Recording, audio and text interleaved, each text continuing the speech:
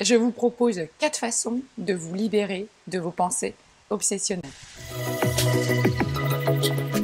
Bonjour, je suis Vanessa Millet, coach philanthrope, conférencière et j'accompagne toutes les personnes qui le veulent à améliorer leurs relations, à mieux s'affirmer face aux autres, à gagner en confiance, à faire des prises de parole en public rayonnantes, à développer une communication harmonieuse. Alors si vous avez envie de vivre un accompagnement ou une formation avec moi, eh bien je vous invite à me retrouver, c'est possible, à distance depuis chez vous. Alors les pensées obsessionnelles.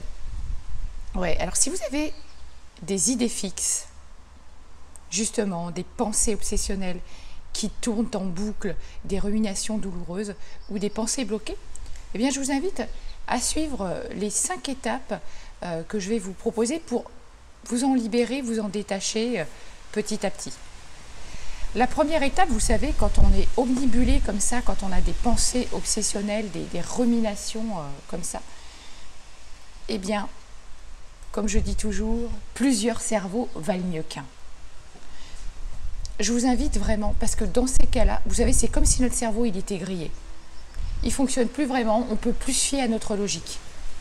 Donc ce qui est intéressant dans ces cas-là, c'est d'aller parler à des personnes de confiance, vraiment des personnes en qui vous croyez, vraiment avec qui vous allez pouvoir échanger, parce qu'en fait, elles vont vous aider à trier votre pensée bloquée et à faire émerger la vérité. La deuxième étape, c'est d'aller, vous savez, enquêter sur votre pensée. Mettez-vous en mode Sherlock Holmes. Parce qu'il nous arrive très fréquemment que nous ressentions du stress par rapport à une pensée, mais vous verrez que la plupart du temps, cette pensée, elle est fausse en fait.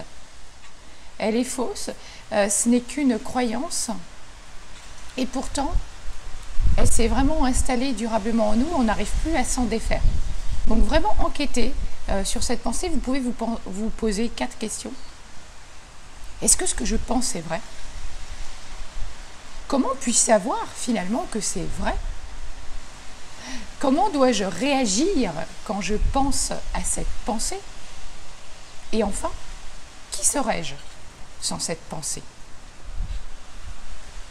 La troisième étape, et non des moindres, c'est d'écouter votre petite voix et d'aller la modifier. Mais vous savez un truc, hein, en fait, nos pensées, elles nous arrivent souvent sous forme de voix. Nos pensées ne sont que des voix en vérité. Donc l'idée, c'est d'aller les réconforter comme vous réconforteriez un enfant, d'en prendre soin et d'aller modifier même cette petite voix à l'intérieur de vous. Faites preuve d'autocompassion.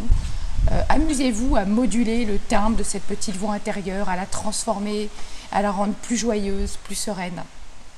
Éduquez en fait votre petite voix à l'intérieur de vous.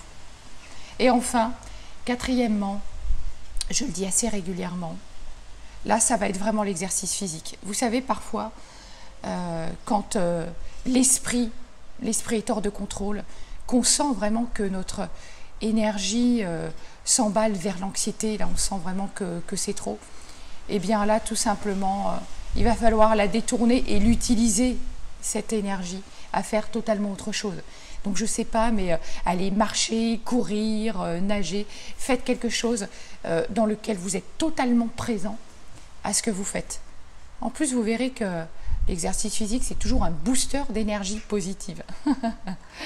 Voilà, je vous souhaite une très belle journée. Si vous avez aimé la vidéo, partagez-la, likez-la. Et puis moi, je vous retrouve demain. À très vite.